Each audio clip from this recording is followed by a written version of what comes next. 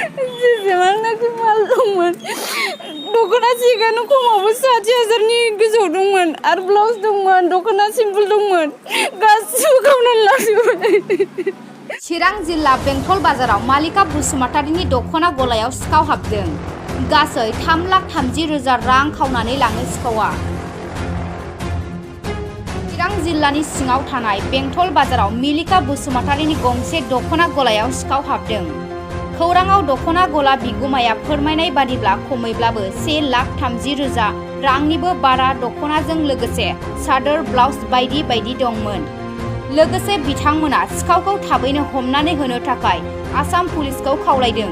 लोगोसे बिथांमोना सिखावखौ थाबैनो हमनानै होनो थाखाय पुलिस बिफाननो गसर थिसनबाय होननानै खौरांनि गेजेरजों फोरमायदों।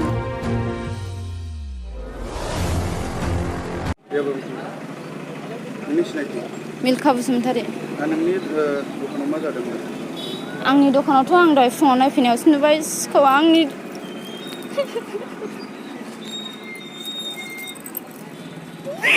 जेसेबांनाखि माल दंमोन दख'ना सिगानो खमावबो 60,000नि गोजौआव दंमोन आरो ब्लाउस दंमोन दख'ना सिम्पोल दंमोन गासिबो खावनानै लांजोबबाय।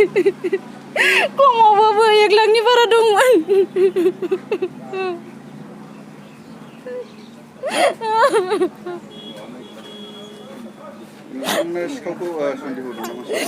आंथ' दा सिखावखौ जेबोखौनो बुंनो हाया सोरखौ होननानै सोरखौ बुंनो हाबावनो आंलाय आंथ' मोनथिया जेबो दहाय फुङावसो मोनथिबाय आङो। औ हरावनो जादोंमोन खयथायाव जाखो आं बेखौबोथ' बुंनो हाला। बे सिखावखौ नागिरनायाव पुलिस प्रशासनखौ माबायदि खावलायनो?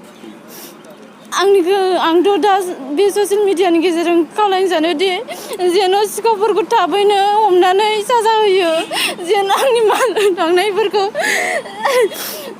जेन' एसेबाबो मोनफिननो हानाय बायदि आं ससियेल मिडियाआव बेखौनो खावलायो। बुंनो लांनोसै डाइरेक्टनो बयनिसिमबो आं खुलुमबाय। दिनै चिरां डिस्ट्रिक्ट बेंटल बाजाराव थानाय दखान मोनसे सासे हिन्जावा दखान होयो। बेयाव गावनि जिउखौ खुंनो थाखाय एसे एनै रां खामायनो जाहाथे हायो लन हिरि लानानै बियो बे दखानखौ होयोमोन।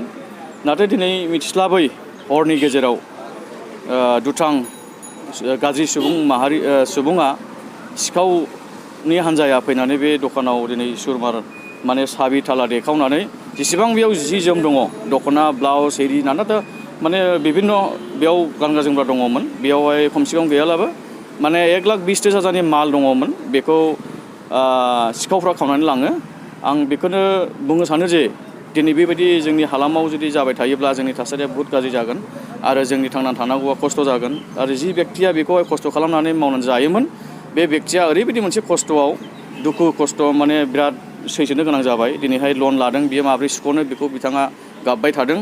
दिनै आं बेखौ खावलायनो सानो जे प्रशासननिसिमबो जाहाथे बे दुथां सिखाव हान्जाखौ जाहाथे हमो। आं प्रशासननिसिम आं खावलायो थाब बिनि सायाव एसे प्रशासना माने आखायाव लायो जाहाथे बेखौ एक्सन लायो। आं बेखौ खावलायदों जाहाथे बेबायदि जानो हाया आरो बेयाव जेसेबां मालखौ खावबाय जाहाथे बयबो मिथिनानैहाय रायजो राजाफ्रा एसे दायथ' लायो बा बेखौहाय बहा फानो बेखौ जाहाथे एसे लयख' खालामो। आं खावलायदों जाहाथे जों सिखावफोरखौ जाहाथे हमनो हायो।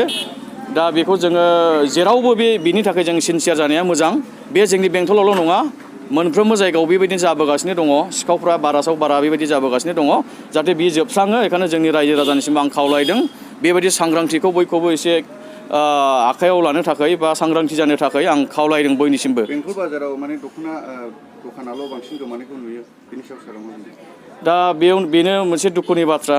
फ्राय दिनैल' नङा दख'ना बेंटल बाजाराव दखानाव बहुतथा बेबायदिनो सिखावा हाबबाय। थांनाय समफोरावबो हाबबाय बेबायदिनो आरो बेल' नङा गुबुन दखानावबो जाखांबाय। दा आं माने दुखु मोनो जे बेंटल बाजारनि जानानै आं बेखौनो फोरमायहरो जे रायजो राजानिसिम जाहाथे बयबो सांग्रांथि जायो आरो बेफोरबायदि माखासे दुथां मानसिफोरखौ हमनो हायो। जाहाथे जोंनि रायजो राजाखौ साफ्रोमखौबो आं खावलायबाय जाहाथे सापर्ट खालामो। दा बिनि सायाव आङो बयनिसिमबो सायाव आङो खावलायहरनाय